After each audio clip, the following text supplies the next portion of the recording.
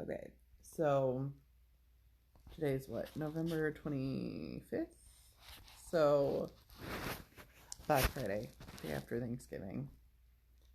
Um, my day with the kiddos. So I went and picked them up at 8:45. And I had them until 7. So Hobbs, like literally right before it was time to go, was trying to build a house and he was having a hard time and he wanted my help. So I went to try to help him, but he was already having like a meltdown. And then he wanted to take a certain pair of shoes with him, and I don't know how to do this. I think I just need to let my ego go. It's just really, really hard. I don't know. I think I'm going to ask my therapist for advice on this one tomorrow because when you buy something for your kids, I understand it's for your kids. So, sweet girl, it's just hardcore zonked out. I do love this onesie from my mom. She had gotten her like short sleeve onesies. I was like, Mom, she can't wear those right now. Like, why? And she was like, oh, yeah, but can't you just put a sweater over it? I was like, Mom, like, getting my baby dressed is already like enough as it is, especially like on the weeks that I have the other kids. Instead of making it an extra step for me to have to put another layer over, can you just return these and exchange them for long sleeve onesies? Because it would make my life a lot easier. So she did, and she got these ones instead. And this one is honestly, the other ones were cute. These ones are way cuter because this one's like straight up Hawaii.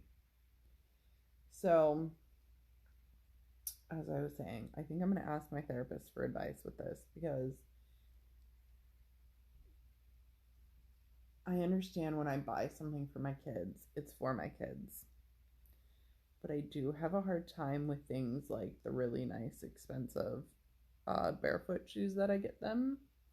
I don't mind if they wear them to school. I know they're going to get, like, worn.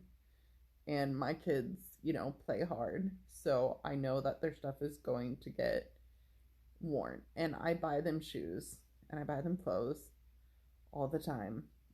And they take that stuff to Dave's.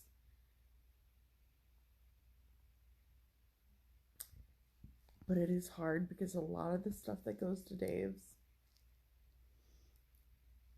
sometimes gets lost, sometimes just isn't treated well, sometimes never makes it back here. And then it just sits there.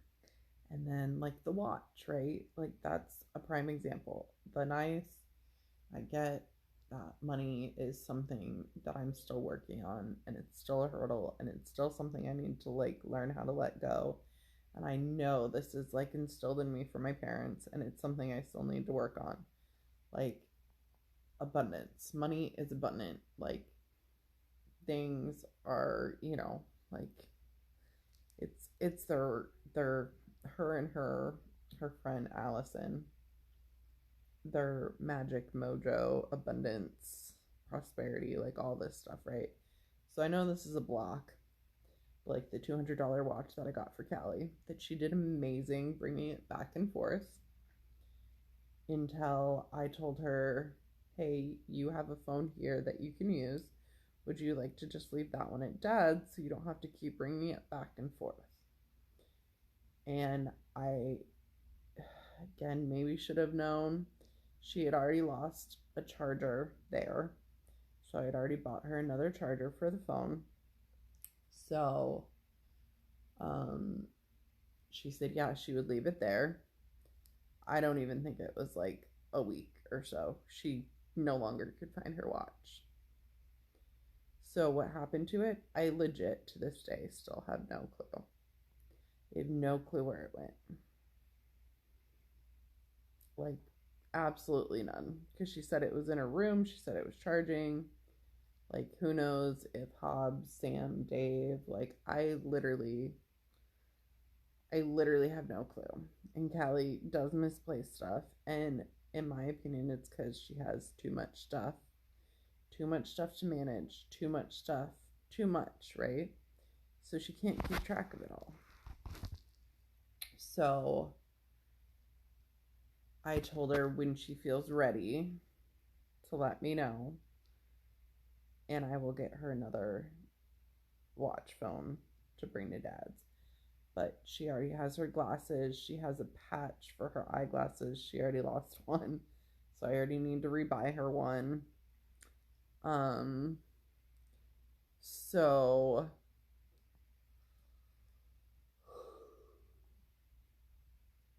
yes, I didn't want to like throw something else on her plate for her to remember to bring back and forth. So Hobbs wanted to bring these certain pairs of shoes. I said, those ones stay here, but you can bring these ones. And he was already in an emotional mood, and it just went on from there, because then he tried to hide them in his PJs, which honestly makes me laugh. And it turned into this whole thing. And it ended up being about the shoes, but it wasn't about the shoes to begin with. And I think a lot of it is just because of the bouncing back and forth between Dave and I. And I think because today was only one day, and it's more similar to how we used to do stuff, where it would be like, oh my God, in the beginning it was awful. It was one day, 3 days. One day, 3 days. It was awful. They were an emotional wreck. We only did that in the very beginning because Hobbs was still nursing, and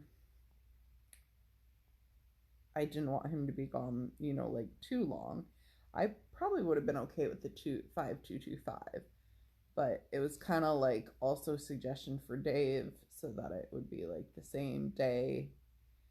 Like I would always have him on Mondays. He would always have him on Tuesdays. I think it's the opposite, but whatever.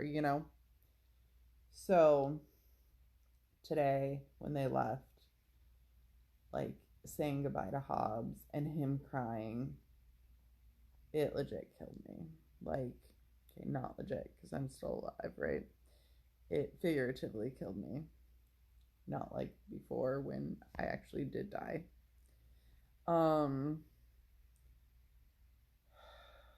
I just like came back inside and bawled. And bawled and bawled and bawled and bawled and bawled. Like, finally just let myself cry.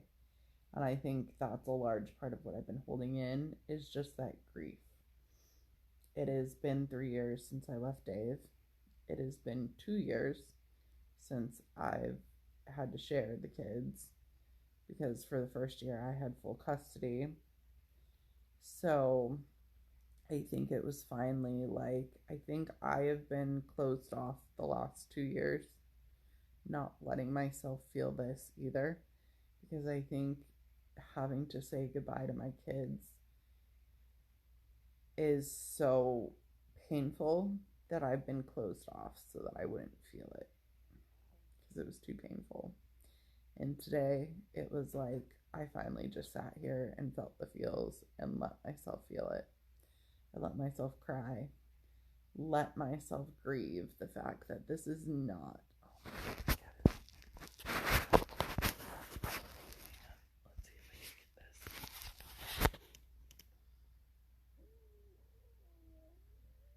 She's like rolling around now. She's cleaning. Oh my goodness, I love her. She won't let me pet her, but she sure is beautiful. Where'd she go? Parkour, you're so beautiful.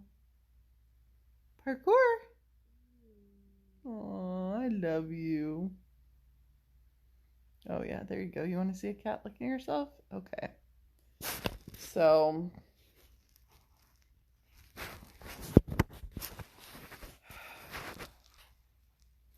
yes, I finally let myself sit here and feel the feels and cry.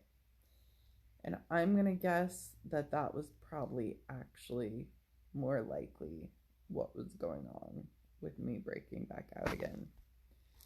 Is that when I feel this, I hold it in. I wasn't trying to. I wanted something to trigger it. I asked the universe to send me something to trigger it, to help me let it go. And they did, right? That's what today was was saying goodbye to them, Hans having his meltdown, me having mine. And I think that's what I've been feeling. And the kids have been extra emotional these last few days too. Like when they were with me. So like Monday, Tuesday, I think it was. They were just maybe Sunday, Monday, Tuesday. They were extra emotional. And I know a large part of it has to do with the fact that this is 3 years that they have had to bounce back and forth and say goodbye to one parent and then say goodbye to the other parent. And I know that's rough on them, right? And it sucks, but I couldn't have ever stayed with Dave. It had literally gotten so bad. So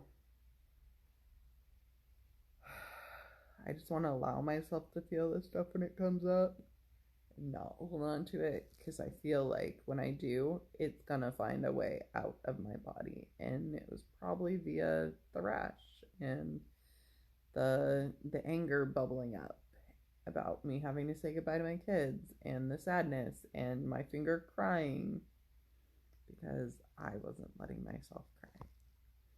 It's like, well, these emotions are going to find a way out of your body somehow. So that's one. I still can't straighten my finger all the way. Yeah, no, like I can't strain it or bend it. That's as much as I can strain it now because there's a contracture. And that's as much as I can bend it. Yeah, it hurts. That is, and you can't really see because it's dark. It sucks. It does. It's not fun. Okay.